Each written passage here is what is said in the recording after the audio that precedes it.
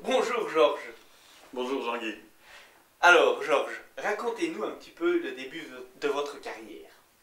Je vais tenter de me rappeler, parce que bon, ça a commencé comme il y a très longtemps, enfin très longtemps non, ça fait, nous sommes en 2010, je crois que ça fait maintenant 27 ans, 28 ans pratiquement, que je me suis lancé dans l'art de la marionnette, parce qu'il faut bien dire que l'art de la marionnette, c'est un art, la marionnette en général. Ça a commencé, disons que je fréquentais le musée de Chanché en tant que spectateur avec mon fils, le plus aîné, avec Frédéric. On fréquentait les spectacles de marionnettes du musée de Chanché. Et là, à un moment donné, je me suis absenté pendant une saison et au retour, le marionnettisme, Henri Libert, qui était le maître marionnettiste du musée de Chanché, m'a dit, écoute, on te cherche depuis pratiquement un an, je vais prendre ma pension, il faut quelqu'un pour me remplacer. Je lui ai dit, oui, tant mieux, hein, bon, voilà, mais ils ont pensé à moi. Alors je ne connais pas vraiment tous les textes, enfin bon, ils m'ont dit, oui, tu connais quand même bien le répertoire, et puis voilà, ça a commencé en février 1982, j'ai pris la relève d'Henri Libert, qui est resté avec moi pendant une semaine ou deux. Et alors, voilà, bon, la carrière a commencé là en tant que marionnettiste animateur au musée de Chanché. Mais au long des années, à force de découvrir le théâtre de marionnette, la marionnette traditionnelle liégeoise et autres marionnettes aussi, je me suis dit que la marionnette liégeoise, et notamment Chanché, aurait besoin de se faire connaître ailleurs aussi que vraiment, rien que chez nous sur le petit pays de Liège, enfin qui est une grande province, qui est quand même un grand territoire, mais à l'extérieur, ça veut dire, bon, éventuellement dans des festivals à l'étranger. Et c'est comme ça qu'en 1986, nous avons construit, mon épouse et moi, notre théâtre de marionnettes, le Théo del Clignette, c'est son nom, afin de faire connaître Chanché hors mur, je vais dire, donc un peu à l'extérieur.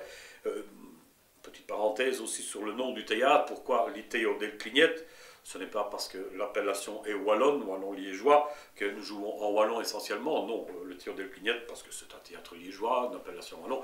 Et Clignette, tout le monde le sait, qu'une clignette en français, c'est un clin d'œil. Et le clin d'œil, c'est Chanché qui le fait. C'est Chanché qui le fait parce qu'on connaît tous Chanché, son caractère, son tempérament, son petit esprit frondeur. Et Chanché fait un clin d'œil à la vie de tous les jours, à la vie politique, sociale. Bon, il faut dire que chez nous, nous avons suffisamment de matière pour que Chanché puisse faire ses petites clignettes à gauche et à droite. Donc voilà, le Théo des clignettes mis en place. Il fallait bien sûr trouver quelqu'un pour décorer la façade du Castelet.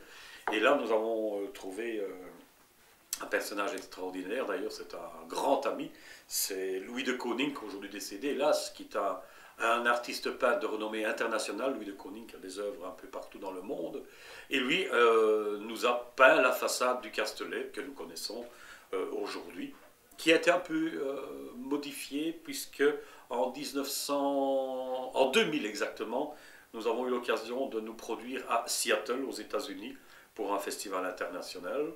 Et comme le théâtre précédent était fort lourd au niveau de la façade qui était en panneaux très lourds, il fallait refaire une façade plus légère. Elle a été refaite, bien sûr, avec le même symbolisme que la façade antécédente, la façade principale, mais sur un support plus léger, quoi. Donc voilà. Bon, oui, vous... Oui. Quand vous parlez de répertoire et l'étranger, c'est toujours avec un répertoire liégeois? Oui, bien sûr.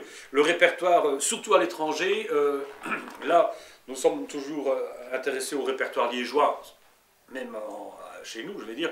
Mais à l'étranger, oui, là, il fallait un peu montrer aussi, non seulement ce qu'était la marionnette liégeoise en tant que technique de marionnette à tringle, le caractère de Chanché, bien sûr, aussi, le phénomène de Chanché, mais aussi parler du répertoire. Donc, à l'étranger, nous jouons plus du répertoire traditionnel, donc plus de la chevalerie, que nous faisons ici au pays, je vais dire, où là, nous faisons un peu des féeries, des contes, de chevalerie, etc., qui sont un peu plus abordables pour les enfants en bas âge. Parce que là aussi, il ne faut pas oublier non plus que la marionnette liégeoise est une marionnette dont la technique ne permet pas une fréquentation d'enfants en très bas âge. Je crois que nous sommes tous d'accord dans la corporation des marionnettistes liégeois de dire que la fréquentation doit se faire à partir de 5-6 ans. Pour différentes raisons, 3 raisons bien spécifiques. C'est que bon, il faut d'abord suivre l'histoire. Ça c'est important, puisque la marionnette liégeoise étant très, très rudimentaire dans sa manipulation, on ne sait pas bouger les mains, autres mouvements, donc ce n'est pas possible de donner du geste à la marionnette. Donc là, il faut suivre le texte. Aussi, pas venir trop jeune, parce que la marionnette liégeoise, de par son poids sur les planches du théâtre va faire du bruit et risque d'effrayer les enfants qui sont dans une salle obscure malgré tout. Plus ou moins. La manipulation est un art aussi. Je crois que c'est un art, ça relève d'un art parce que il faut aussi, du fait qu'on vient de le dire, on est limité par le geste, il y a aussi, malgré qu'il y a un minimum de mouvement dans la marionnette liégeoise, c'est-à-dire que rien que la tête qui bouge dans le creux des épaules, hein, je vais dire, il faut faire attention, bien sûr, à l'intonation et le mouvement qu'on donne à la marionnette. C'est une habitude qui vient avec le temps, hein, ça c'est une chose aussi. Et je veux revenir aussi sur la troisième chose qui pourrait effrayer les enfants, c'est aussi la voix. La voix du marionnettiste, parce que quand je dis du marionnettiste, il n'est pas seul dans son castellet, le marionnettiste. Bon, je parle un peu pour le marionnettiste en général, je reviendrai sur le Théo del Pignette tout de suite après, je vous rassure. Mais on peut attirer l'attention aussi que bon, dans un théâtre de marionnettes liégeoises, on est trois généralement. Il y a le montreur, celui qui fait les voix. Et quand vous avez des chevaliers ou des rois où la grosse voix vient, ah ah ah, mes enfants, les enfants risquent de s'effrayer. Donc voilà les 3 points, je crois, pour lesquels il ne faut pas venir avec les enfants trop jeunes au théâtre de marionnettes. Donc voilà pourquoi je me suis lancé un petit peu dans la féerie. Voilà. Et le théâtre d'El Clignette a-t-il une originalité? Ben, une originalité, si ce n'est que bon, dans le fait que bon, nous avons quand même beaucoup de wallons aussi dans le texte, on essaye pas de faire parler nécessairement les enfants en wallon, mais de leur faire comprendre parfois des expressions en wallon. C'est pour ça que dans certains textes, Tchanché leur fait répéter une phrase ou une expression en wallon. Et comme ça, ils retiennent un petit peu, et quelque part, on oublie, enfin, ils n'oublient pas que le wallon existe toujours. Hein. Bon, ça, c'est un peu le côté du Théo del Pignette. C'est vrai qu'il gratine un petit peu aussi le grand public, le public adulte, parce que nous avons une spécificité justement au Théo del Pignette, c'est que nous faisons du spectacle, comme on dit, pour adultes, enfin pour entreprises. Donc ça veut dire que ce sont des adultes. Et bien dans le cas d'une entreprise qui fête un anniversaire ou une fête de fin d'année, par exemple, prenons, c'est assez courant, un souper de fin d'année pour le personnel, eh bien nous sommes encore bien souvent invités pour présenter un spectacle de marionnettes au personnel. Et je dois bien vous dire que quand nous arrivons dans la salle qui est prévue pour notre spectacle, la salle de banquet, le personnel de cette entreprise se demande si le patron a toujours bien tous ses mots alignés dans le bon sens, parce que nous ne sommes plus des enfants, qu'est-ce qui se passe, etc. Alors on a, bien sûr, par la force de l'habitude de faire ce genre de spectacle, on s'est dit que tout compte fait, on va faire une première introduction, parce qu'on joue entre les plats, on s'arrange avec le restaurateur de l'endroit, on joue entre les plats, comme ça lui permet lui de préparer ses plats, pendant que nous faisons le spectacle, quand il est prêt, on fait un entracte, et en avant, on continue comme ça.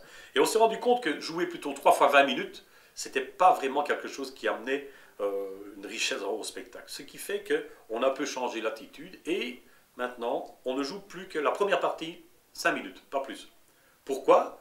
Parce qu'après les 5 premières minutes, où là déjà, le personnel en prend un petit peu pour son grade, ce sont toujours des scénarios très gentils, il faut quand même rester très prudent, ce sont des secrets de polichinelle que tout le monde sait mais qu'on ne dit pas dans le bureau ou au réfectoire, donc par la marionnette on peut l'annoncer, et après 5 minutes, les employés ou les ouvriers, enfin le personnel de l'entreprise, vient nous revoir dans les coulisses. Ah mais attendez, nous on croyait que les marionnettes c'était pour les enfants, mais non, vous savez, bon, Dominique la caméraman là, oh là là, à part cette boucle d'oreille, elle peut encore faire ceci, Jean-Guy avec sa belle écharpe, c'est encore ceci, etc. Vincent avec son bel appareil photo, c'est ceci.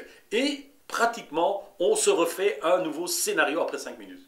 Et là, on rentre vraiment dans le vif du sujet. Ça, c'est un peu la particularité du Théo del Pignette, parce que bon, ça c'est ce genre de spectacle que nous faisons très souvent, oui. Voilà.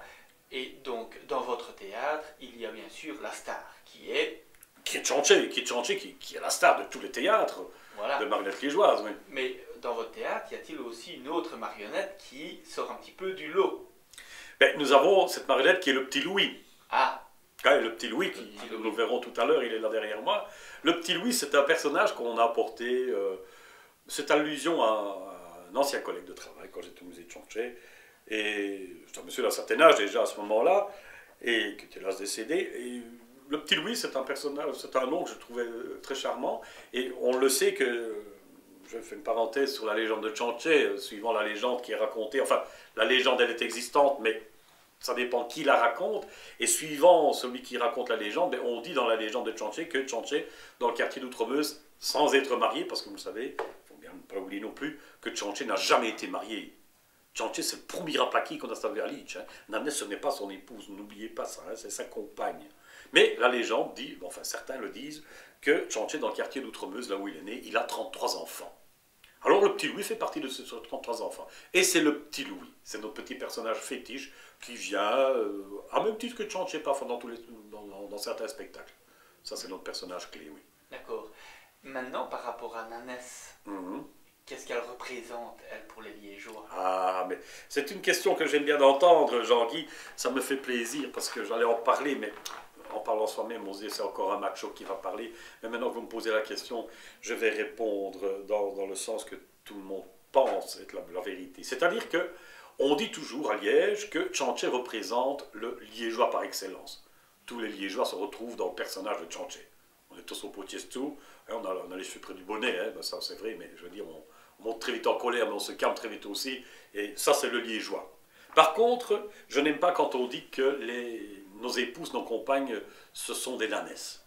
Parce que Nanès, autant j'adore Nanès, eh bien Nanès c'est une curée, comme on dit, c'est un caractère. Savez-vous que en scène, vous l'avez peut-être déjà vu, quand Nanès entre en scène, Tchanché, il oublie son jeu de cartes, son verre de péquet, ses amis, il rentre à la maison pour faire la vaisselle, prendre les poussières, faire le ménage. Ça, c'est l'influence de Nanès sur Tchanché. Alors si on dit que les Liégeois sont des Nanès, non. Moi, je suis convaincu que non. Nos Liégeois sont bien plus gentils que cela. Croyez-moi. Oui, oui. D'accord. Maintenant, dans votre théâtre, y a-t-il aussi un répertoire un petit peu plus piquant? Mais c'est un peu la version théâtre pour adultes, je vais dire, que, comme je disais tout à l'heure, puisque c'est le Théodule Clignette, donc Clignette, clin d'œil à la vie sociale politique. C'est vrai que c'est pas une de nos forces, mais c'est une de nos spécialités, ça c'est vrai. Oui, oui, c'est de faire du théâtre pour adultes dans le sens où c'est un peu politisé quelque part, un peu à l'image, enfin pas à l'image, mais on travaille un peu dans ce sens-là. Nous l'avons déjà rencontré d'ailleurs dans le cadre des enquêtes du musée de la vie wallonne. C'est Marcel Slingen qui ne fait que ça d'ailleurs. D'accord. Et est-ce que le Tchanché d'aujourd'hui suit toujours l'actualité? Bien sûr. Oui. Bien sûr, Tchanché est à l'affût de l'actualité. Et nous sommes ici en novembre 2010, avec ce gouvernement qui tente de se mettre en place. Je vous assure que, je ne peux pas parler seulement de moi, mais tous les théâtres liégeois, marionnettes liégeoises, tous les Tchanché, ils en ont à dire pour le moment. Ah, oui. Ah, il y a du travail, hein. Oui, oui, ça c'est un fait. Voilà. Et qui fait toujours plaisir aux grands, parce que je parlais tout à l'heure, et je vous interromps, je ne vous laisse pas parler, mais c'est assez difficile pour moi de vous laisser la parole. C'est qu'on parlait justement du répertoire des enfants, des pièces, des contes de chevalerie, et il faut bien se dire que si les enfants viennent au spectacle, c'est quand même grâce aussi aux parents. Les enfants ne viennent pas dans les salles de spectacle seuls, que ce soit un théâtre fixe ou un théâtre ambulant, pardon. Donc il faut récompenser les parents. Et nous avons toujours eu au Théodule Clignette cette petite, ça fait partie des petites spécificités aussi, c'est que pendant le spectacle, justement, on fait allusion à la vie politique ou sociale du jour pendant 15-20 secondes, où là, l'enfant ne va peut-être pas suivre, mais là, le parent qui est là, ben, il va rigoler parce que ça va lui faire plaisir, certainement, enfin on l'espère, c'est pas quelqu'un qu'on a froissé, mais enfin on essaie toujours de faire ça très gentiment. Et dans ce cas-là, ben, les parents, ben, je prends le cas des spectacles dans les théâtres fixes par exemple, ben, ils reviennent le dimanche matin, ils consacrent leur dimanche matin plutôt que de rester au lit et faire la grasse matinée. S'ils se sont bien amusés, s'ils ont une petite réplique comme ça qui leur fait plaisir, eh bien voilà, ils reviendront au spectacle de marionnette. Ça, il faut y penser aussi, il faut penser qu'on ne joue pas pour soi uniquement, on ne joue pas seulement pour les enfants, mais il faut penser à jouer pour les enfants aussi, les parents, pardon, parce que c'est eux qui amènent les enfants au spectacle. L'Ithéo del Clignette. Oui, Jean-Guy. C'est un théâtre ambulant. Uniquement ambulant, oui. C'est un théâtre qui circule dans les écoles, je l'ai dit tout à l'heure, dans les entreprises, qui circule un peu partout, partout où il y a la fête, où on a besoin de marionnettes, quoi. C'est un peu ça, quoi, le théâtre de Théodule Clignette, oui. Mais aussi, il s'exporte. C'est un théâtre qui s'exporte, qui s'est très bien exporté, puisque encore régulièrement maintenant, il retourne en Angleterre, à Londres, à Covent Garden, excusez-moi du peu, mais c'est vrai, nous allons au Mayfair de Covent Garden, qui est une rencontre de marionnettistes anglais, des punchmen, ce sont des Punch and Judy, ce sont les guignols anglais, avec qui nous sommes jumelés d'ailleurs, et le Théodule Clignette est hôte d'honneur du Punch and Judy Fellowship, qui est une institution britannique très sérieuse, comme toutes les institutions, bien sûr, depuis 1995.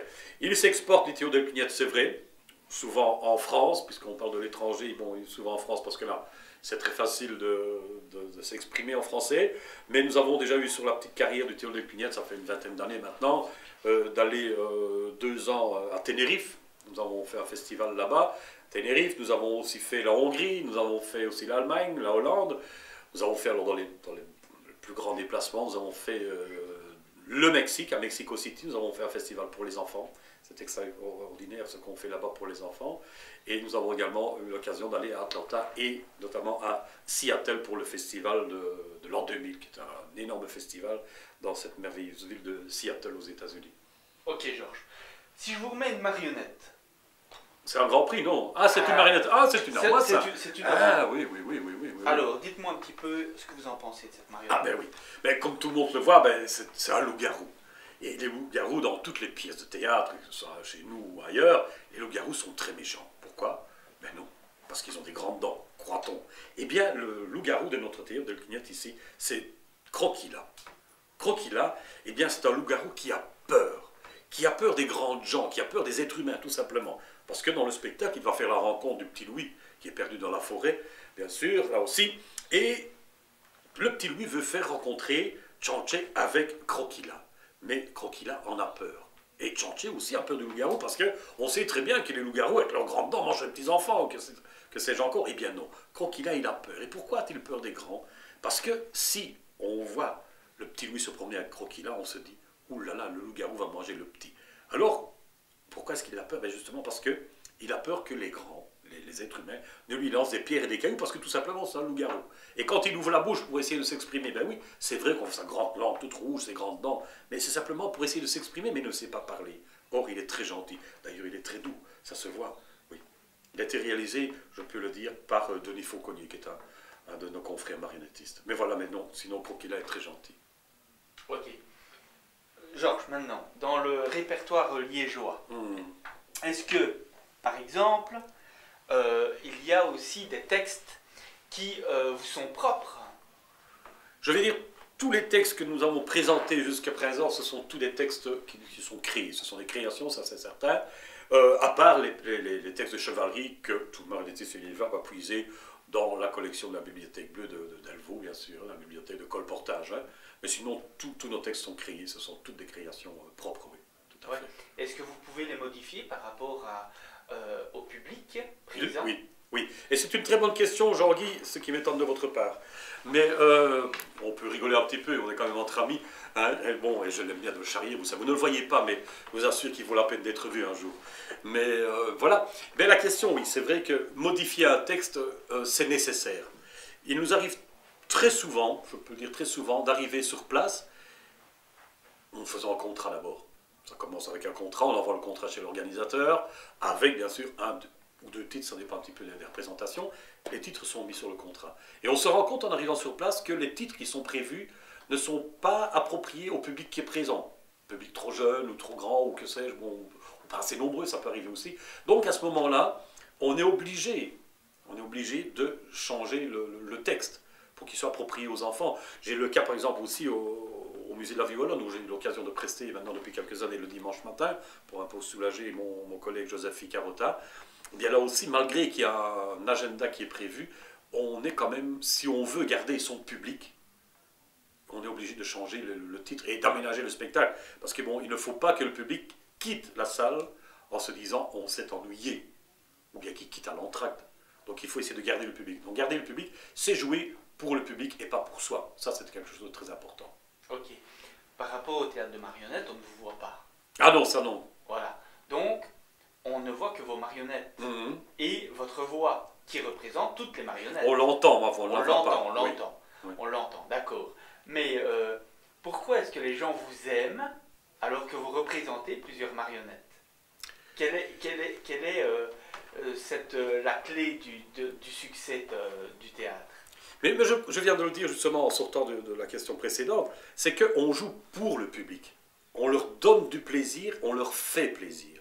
On s'amuse aussi, parce que bon, ça se ressentirait. Si on ne s'amusait pas, ça se ressentirait dans le spectacle, c'est un fait. Mais je crois que les gens se rendent compte, et oui, ils voient quand même qu'on leur fait quelque chose pour eux. Et ça, j'insiste beaucoup chez mes confrères aussi, je l'ai déjà dit quelques fois, parce que j'ai eu l'occasion d'être aussi président de l'Union internationale de la marionnette, qui s'appelle l'UNIMA. Je suis aussi conseiller international pour cette union, donc on a des congrès un peu partout en Europe et dans le monde. Et là, c'est toujours la même chose qui revient, que ce soit des marionnettes à tringle, des papiers, des cocottes en papier de long, ou n'importe quoi, les différentes techniques. On joue pour un public. Et le public, si vous lui faites un cadeau, ben, ils vont vous le rendre aussi. Ça, c'est très important. C'est le public qui est là. Oui. Par rapport à ce que vous avez vécu jusqu'à aujourd'hui, avez-vous des anecdotes? L'anecdote, c'est d'avoir été interviewé par Jean-Louis... pardon, je recommence. L'anecdote, c'est d'avoir été interviewé par Jean-Guy Bizet. C'est la seule anecdote dans ma vie. Mais des anecdotes, non. Il y en a, et vous me prenez un peu au pied levé comme ça. Oui, des réactions par rapport inattendues par rapport des réactions, par exemple, bon, une réaction qui arrive encore très souvent, c'est que, bon, toute histoire qui se ressemble dans des termes de manette avec Tchanché et la sorcière, par exemple, la vilaine sorcière Carabosse, qui veut envoûter Tchanché, qui veut l'emmacraler, comme on dit chez Alamozo Talic. Eh bien, bon, mais là, quand Tchanché, par exemple, je prends Théo Delclignette parce que Tchanché se rapproche de la sorcière. Et elle lui dit, regarde-moi bien dans les yeux si tu veux voir où j'habite. Tchanché le fait parce qu'il voudrait bien savoir où elle habite. Hein? Alors bon, ils regardent dans les yeux, et puis ils commencent à monter tous les deux parce qu'elle est ensorcelée. Et certains enfants se mettent à pleurer. Ça, c'est déjà arrivé. Alors là, il faut rectifier le tir, naturellement. Hein. Donc, Tchanché retombe sur la scène, il a fait une clignette, il a fait un clin d'œil, donc tout a raté, il recommence, et c'est fini, la sorcière. Il l'envoie à sa manière, il l'envoie dans la forêt, quoi. Mais si, des anecdotes, il y en a certainement eu sur une carrière comme ceci, c'est vrai. Et par rapport à votre livre d'or, est-ce qu'il y a aussi des histoires par rapport à l'étranger sur le fait que ça a été... comment est-ce que ça a été perçu? Voilà, justement, vous revenez sur les festivals à l'étranger. Là aussi, bon, ce qui m'a amené aussi à m'inscrire ou à me faire connaître à l'étranger, c'est que bon, je parle 4 langues comme je parle le français. Donc je me sens à l'aise dans 4 langues. Et ça me permet d'affronter des festivals. Et bon, vous me dites justement comment est-ce que ça a été perçu. Eh bien parce que bon, que ce soit au Mexique, en Espagne, par exemple, là on a joué en espagnol, avec quelques expressions qui sont incontournables en liégeois. Où là j'explique d'ailleurs avant le spectacle, je fais toute une présentation avant le spectacle, et je vous ferai ça d'ailleurs un jour. Je présente le spectacle en disant, bon, il y a des expressions, des passages où c'est incontournable, il faut le dire vraiment en wallon liégeois. Mais sinon, bon, le spectacle, bon, nous le jouons aussi bien en irlandais, en allemand qu'en anglais, ou en espagnol, ça c'est vrai. Mais des passages qui sont incontournables, là, il faut les laisser.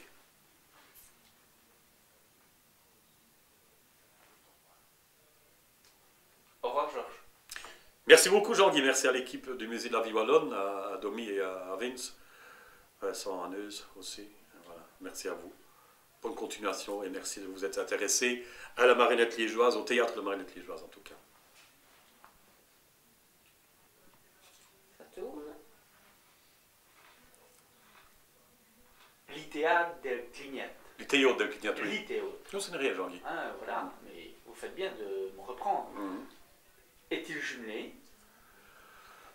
Oui, il y a eu, dans les années 90, il y a eu un jumelage qui s'est fait. Pour vous dire que bon, nous n'avons pas de politique chez nous, nous n'avons pas de différence linguistique ou quoi que ce soit, c'est que nous avons été jumelés avec le théâtre de Thônes à Bruxelles et le théâtre de Gand, le théâtre Pirque de Gand.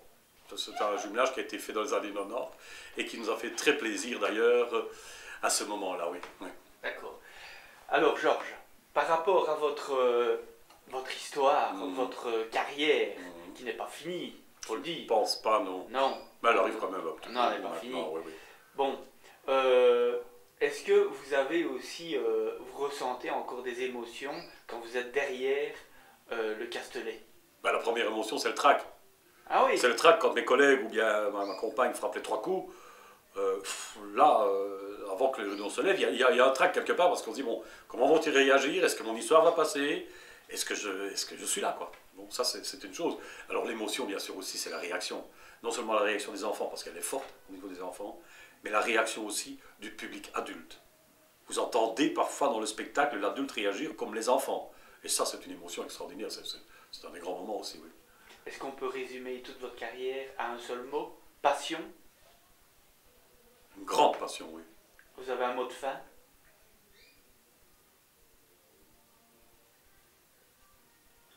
Je l'ai fait, j'ai fait ma clignette. Je termine sur la clignette. Merci beaucoup, Georges Veters. Merci Jean-Guy, merci à vous.